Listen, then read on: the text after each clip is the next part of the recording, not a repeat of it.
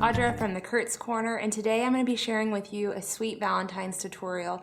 So this one is kind of going based on my arm knitting tutorial that I showed you a few months back, but it is Valentine's geared and it's not creating a scarf. Instead, we're going to be creating this Valentine's pillow, which is a fun, chunky knit pillow. And I have just added a little heart embellishment on the front to make it Valentine's Day-esque. You can create these pillows for all kinds of holidays or just create them in solid colors to decorate your house. You can give them as gifts, whatever you would like to do.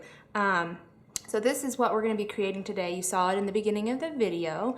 So what you'll need for this tutorial is a pillow. You can do a solid color or you can do a multicolor pillow. It's up to you. This one was just a plain white one that I got at Joann's. It is 14 by 14, so it's a small pillow, so it's really good for just small decoration on couches or chairs or just around your house.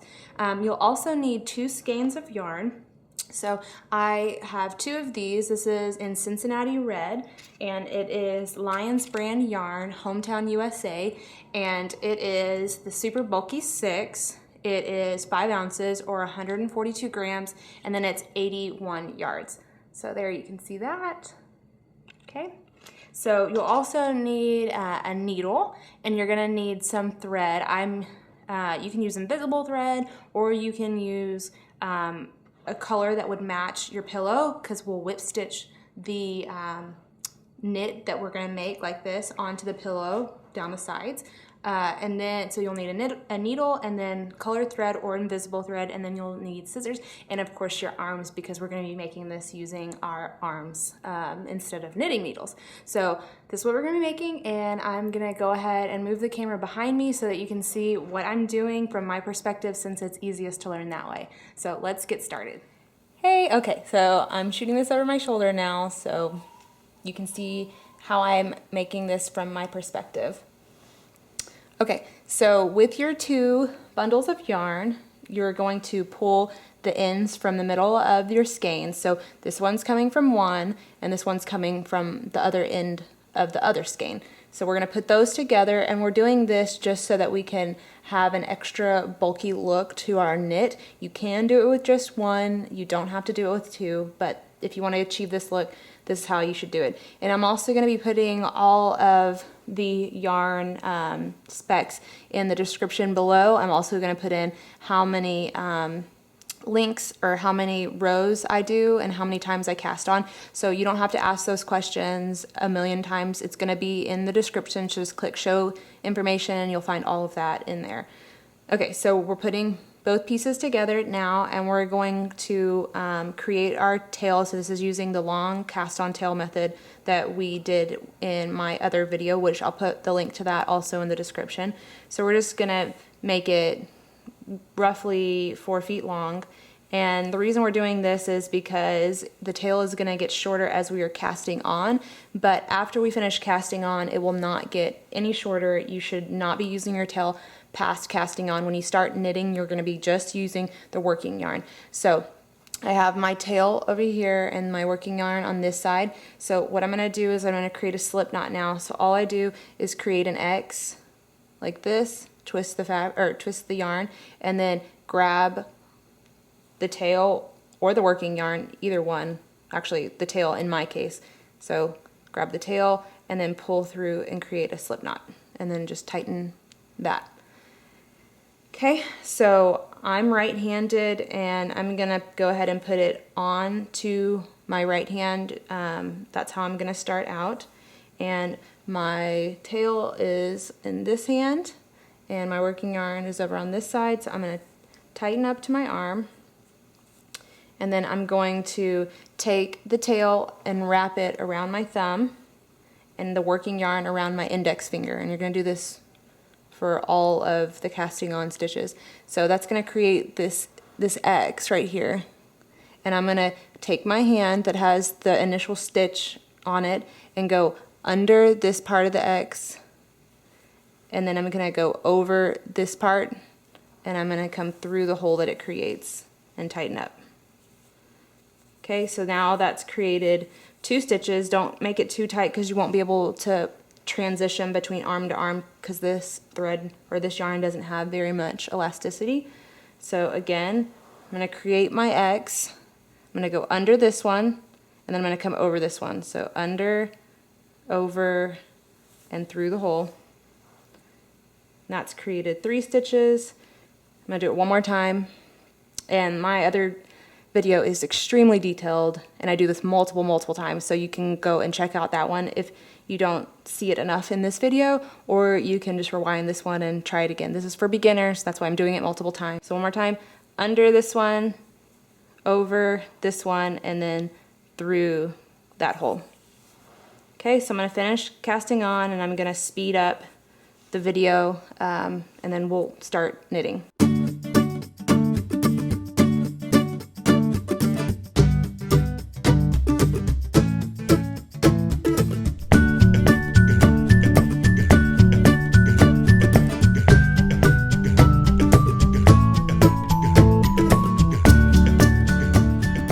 Okay, I have now casted on 15 stitches, so each stitch is 2 pieces of yarn, and I'm going to now stitch or knit down.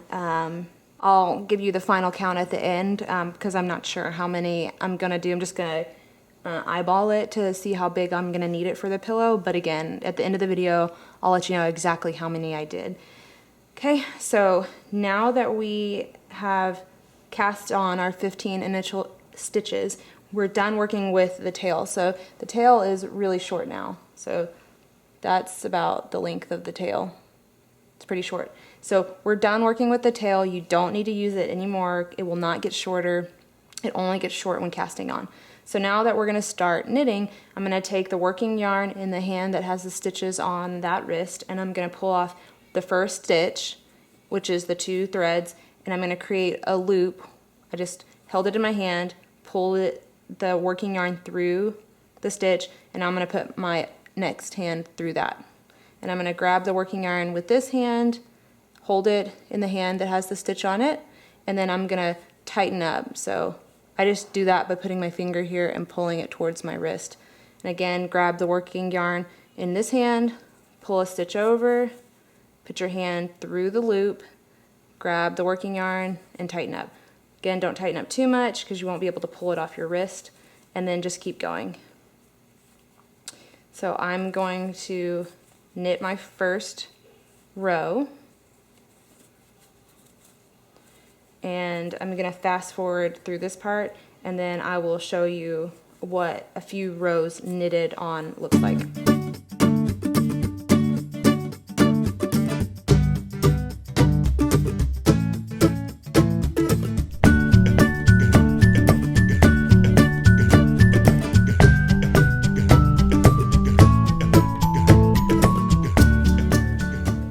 Okay, so I've now knit 2 rows onto what's going to be the front side of my pillow. This is what it looks like from the front side, and then this is what it looks like from the back side. So I'm going to go ahead and knit a few more rows, and then I'm going to determine how many I'm going to need to make in order to cover the pillow. So I'm going to go ahead and do that, and then I'm going to come back once I'm finished and show you exactly how big I made it. Okay, so now I have knit all of my rows, so I'm done with this, the piece that's going to go on the front of my pillow. So I'm going to start casting off, which is just going to bind the ends together so that they don't unravel. So I've already done the first one because I forgot to turn on the camera, but this is what you would do. You would knit onto the other arm just like you were knitting another row of yarn, and what you're going to do is you're going to pull one off onto this wrist and then pull another one, and then you're going to pull the stitch from the back over the front one and drop the working yarn and tighten up. So this is what I did. So just pretend this is the first stitch. So I pulled this off of this hand with the working yarn in this hand, and I'm going to pull a second one over, put my hand through the loop that I created, and then I'm going to grab the working yarn and tighten up, and then I'm going to drop the working yarn, pull this loop over the first, or the one that I just made, and then I'm going to let go. I'm going to pick up the working yarn again, and then I'm going to tighten that so that it makes a knot, and then I'm going to pull the working yarn through until it tightens up on my wrist. So again, grab the working yarn in this hand, pull another stitch off, put your hand through the loop, tighten, and then pull, drop the working yarn and pull the first loop. Look, can you see it? Pull the first loop over the one that you just did, let go, pick up the working yarn, and then tighten up. And then that's how you would bind off the ends. You can see that it's starting to make like a braided end so that it's finished. So I'm going to keep doing that, and I'll fast forward so you can watch. And if you missed it, you can watch it on my initial infinity scarf video, which you can find on my channel. So here we go.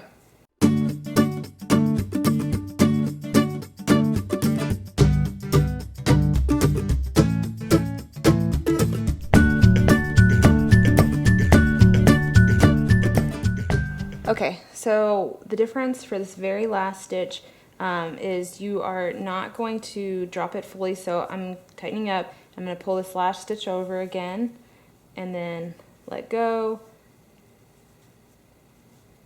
tighten that, but instead of pulling this one off my wrist and then tightening, I'm going to take it off, and then that's going to create one last loop, and I'm going to take the working yarn, which I haven't cut just yet, but I will cut that off right here. Maybe you don't really need a tail for this project. Cut that here and then pull it through the loop, and then just pull tight so that it creates a knot right here. So I'm just going to hold that there since I'm going to cut this and pull it all the way through this loop. And then once you've done that, then it will create a knot at the end so that you will have, again, a finished end. So I'm going to go grab some scissors and cut that, and I'll show you what it looks like. Okay, so I have cut my working yarn now and still have that loop coming through here. So all I'm gonna do is take the working yarn, pull it through that loop, and then just give it a little tug and hold it, pinch it off, and then tighten it. So when you're casting off, be careful not to do it too tight because you want this to be able to pull a little bit so that it's straight and it's not like all bunched up together. So what we've created now is basically a square, which is going to go over the front of our pillow. So this is the front side, and here's the back. So for this particular size pillow, it's 14 by 14. I cast it on 15 stitches initially onto my arm, and then I knitted 1, 2, 3, 4, 5, 6, 7. I knitted 7 times, and then I cast off on the end. So I guess you would count the casting off as the 8th time. So what I would do is for the tail end here and then the working yarn in here, I would just knot those off and then hide them. And then I'm going to just lay it on top of the pillow and stretch it to the end, so it won't look exactly like this. It's going to stretch just a little bit, and depending upon how many times or how many times you cast on will be how thick this is, and it'll determine how much you have to pull it and see through each of the stitches. So I am going to knot off the ends here, and then I'm going to go put it on top of my pillow, and I'm going to start whip stitching around the edges of the pillow with the invisible yarn so that all you see now is this on top of the pillow. And when I'm done, I'll come back and show you what it looks like. Okay, so I have put my covering on to the pillow, and this is what it looks like. I've already stitched on around all 3 edges. I'm working on the 4th edge right now. So I'm just going to show you in case you have never whip stitched before. It's literally just taking your needle and thread and making a loop around from the bottom through the top and back around again. In the beginning I said that I was going to use invisible thread, but it was too thin to use and it actually slipped through the fibers of the pillow. So instead I got this red thread that I had that matches the color of the yarn, and I'm using a bigger needle, but it's not a tapestry needle, so that we don't create too big of a hole. So all we're gonna do, I've already gone halfway down, is come up through the bottom, just come through some of the yarn and pull through. And that's just going to create a loop. I'm going to grab the end, keeping it taut, hold it with these fingers, and again, come through the bottom of the pillow, up through the yarn and around some of it so that it creates a loop. And just keep going till you get to the end of the pillow.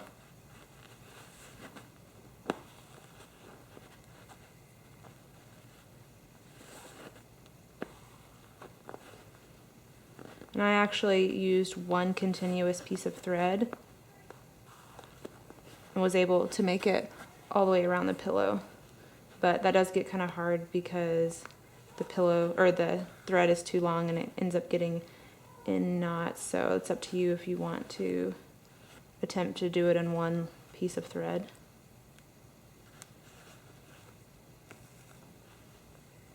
Okay, so here I've made it all the way around the pillow, and all I need to do now is knot it off.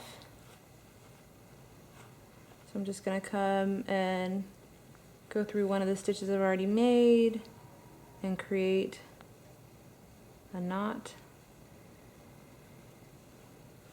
I'm going to do it again and double knot it.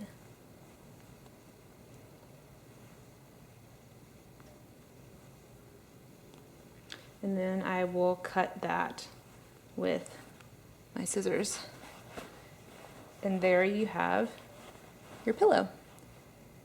So you can see the white through the pillow, so if you had maybe like a pink pillow, that would look cool. Since this is Valentine's Day, I thought the white and the red would be a good combination.